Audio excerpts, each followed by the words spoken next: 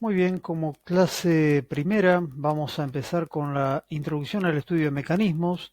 Esta es una clase resumida en función de que, bueno, estamos trabajando en un entorno virtual. Seguramente el tema da para mucho más, pero por una cuestión de extensión y de modalidad vamos a hacer un breve resumen de lo que pueden ustedes ampliar eh, los apuntes de cátedra que tienen subidos al campus virtual o lo que puedan ustedes consultar con bibliografía o en forma presencial. Bueno, un mecanismo básicamente es un elemento mecánico.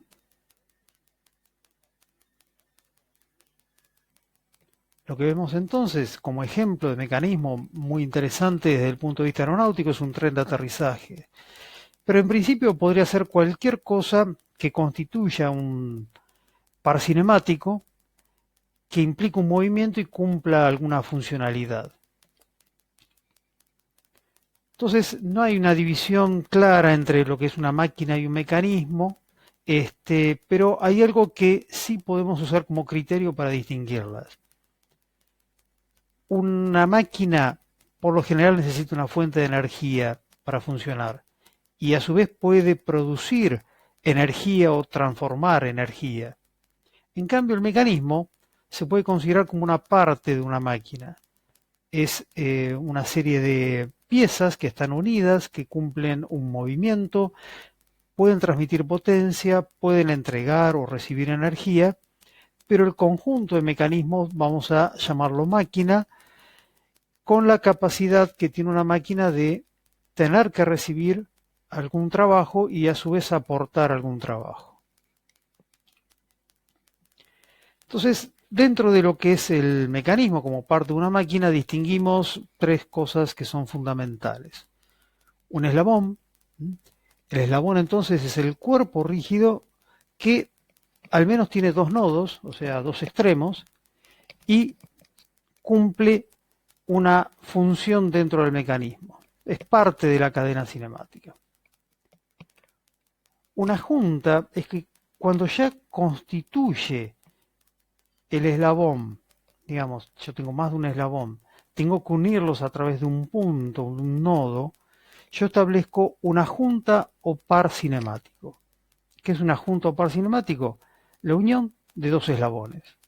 Y la cadena cinemática entonces ya es un eslabón y juntas que constituyen, digamos, los elementos que van a transmitir el movimiento. Por ejemplo, acá hay un ejemplo de desplazamientos tanto rotacionales como traslacionales, ¿sí? Y también obviamente se pueden combinar traslaciones y rotaciones, ¿no? Acá vemos el delta tita y el delta x, que son los diferenciales de movimiento. Entonces, los pares inferiores se consideran aquellos que tienen un solo grado de libertad, ¿sí? Todos los demás grados de libertad están restringidos. Y cuando tengo más de un grado de libertad, por ejemplo, acá se están viendo desplazamientos y rotaciones, yo tengo lo que se llama un par superior, ¿no? Cuando tienen dos o más grados de libertad. Acá tenemos algunos ejemplos. Un par prismático, una corredera, podría llegar a ser un conjunto, una cadena cinemática inferior. ¿Sí? Acá tenemos también un par cinemático como una leva, que tiene restringidos todos sus grados de libertad, salvo el de rotación, lo mismo que los engranajes. En este caso, engranajes rectos. Todos estos son mecanismos que de una u otra forma van a ser abordados en la materia y que ahora están como ejemplos de cadenas cinemáticas.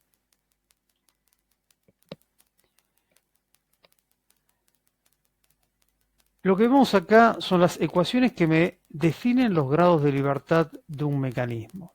¿Sí?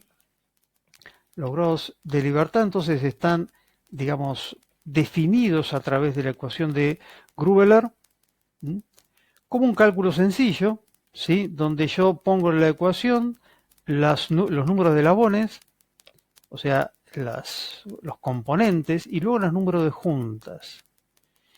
Y G lo defino como el número de eslabones conectados a tierra. Claro, porque se supone que esto no está flotando en el espacio y hay algo donde está, digamos, basado este mecanismo que lo puedo considerar tierra. Por ejemplo, en el caso de un tren de engranaje sería el fuselaje del avión. En este caso tenemos un caso particular donde G es igual a 1, ¿sí? Puede ser mayor a 1, pero en este caso es el caso más general. Entonces la ecuación de Grubeler se reduce, ¿no?, a la que ven ustedes abajo. Por otra parte, Kutzbach dio un paso más allá y distinguió a las juntas, ¿no?, como juntas con 1 grado de libertad o con 2 grados de libertad. De esa forma, los grados de libertad, entonces, definidos por Kutzbach, son un poco más específicos porque me permite distinguir los dos tipos de número de juntas, los grados de libertad de cada junta. Entonces, es la ecuación de Grubeler mejorada, donde yo desde J simplemente tengo J1 y J2. Vamos a hablar un poco, muy brevemente, sobre el trabajo de las máquinas, ¿no? Habíamos definido como una máquina un dispositivo mecánico capaz de entregar o recibir trabajo de alguna forma o de transformar ese trabajo. Entonces, lo que vemos acá son las ecuaciones. Definimos al trabajo como la integral de la fuerza con respecto a la distancia. En el caso del trabajo rotacional, es el momento rotacional por el delta tita. En este caso, lo que planteamos como una ecuación, digamos, que es la que va a justificar la suma de los trabajos, es que el trabajo mecánico, definido como Tm, está sumado al trabajo resistente, ¿sí?, que es Tr y tiene obviamente signo contrario. Pero ese trabajo resistente no solo es el trabajo que finalmente obtenemos como trabajo útil, sino que hay un trabajo pasivo. Ese trabajo pasivo por lo general se debe a resistencias debidas, por ejemplo, a rozamiento, ¿no? Entonces lo que tenemos nosotros es una ecuación final del trabajo útil como el trabajo mecánico menos el trabajo pasivo. Nosotros, para analizar la teoría general de máquinas, utilizamos el principio de D'Alembert, ¿no?, que analiza el equilibrio dinámico entre las fuerzas externas y las de inercia. En ese caso, nosotros tenemos como fuerzas externas las fuerzas motoras, las resistencias útiles y las pasivas.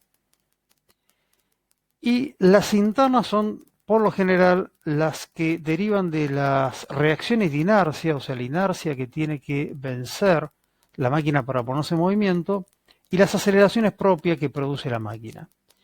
En este caso tenemos dos conjuntos de ecuaciones, ¿no?, donde yo lo que evalúo entonces es que la sumatoria de los trabajos es la sumatoria de los trabajos de la energía que va a tener en el momento inicial, denotado por B corta I, y en el momento final como B corta O. Nosotros también podemos hablar de la misma forma de la rotación, ¿no? En este caso, el trabajo está definido como omega cuadrado por el momento de inercia. Pero siempre diciendo que el trabajo va a ser el trabajo mecánico menos el trabajo pasivo, que es el trabajo útil, que es el que me interesa. En general, nosotros tenemos en los mecanismos los dos movimientos, tanto de traslación como de rotación. Entonces podemos juntar en general en una sola ecuación los dos tipos de movimiento. Distinguimos entonces para el funcionamiento de una máquina tres tipos de regímenes: el de arranque, el régimen normal, que es el de funcionamiento, y el de parada, ¿sí?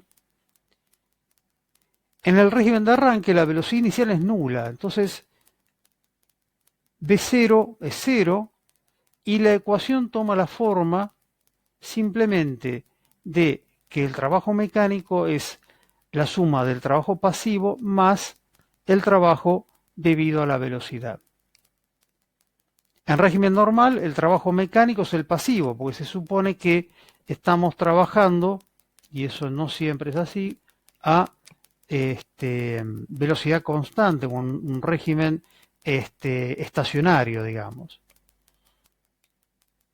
Y por último, el de parada, yo tengo una velocidad inicial, pero una velocidad final es 0, entonces el trabajo mecánico es el trabajo pasivo menos, en este caso, un medio de la masa por la velocidad al cuadrado.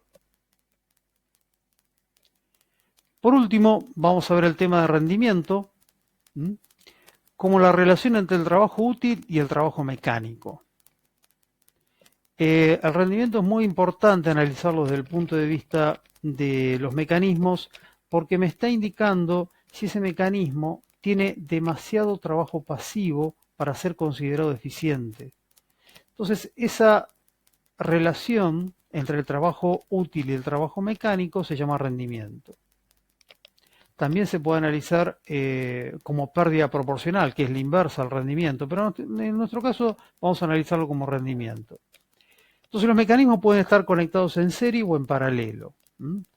¿Qué es un mecanismo serie? Cuando la cadena cinemática está unida y un movimiento me provoca el movimiento de la junta siguiente, del eslabón siguiente, perdón, y están todos unidos en una cadena. Podría ser el caso de un tren de engranajes. En cambio, el paralelo presupone que los dispositivos están con algunas derivaciones.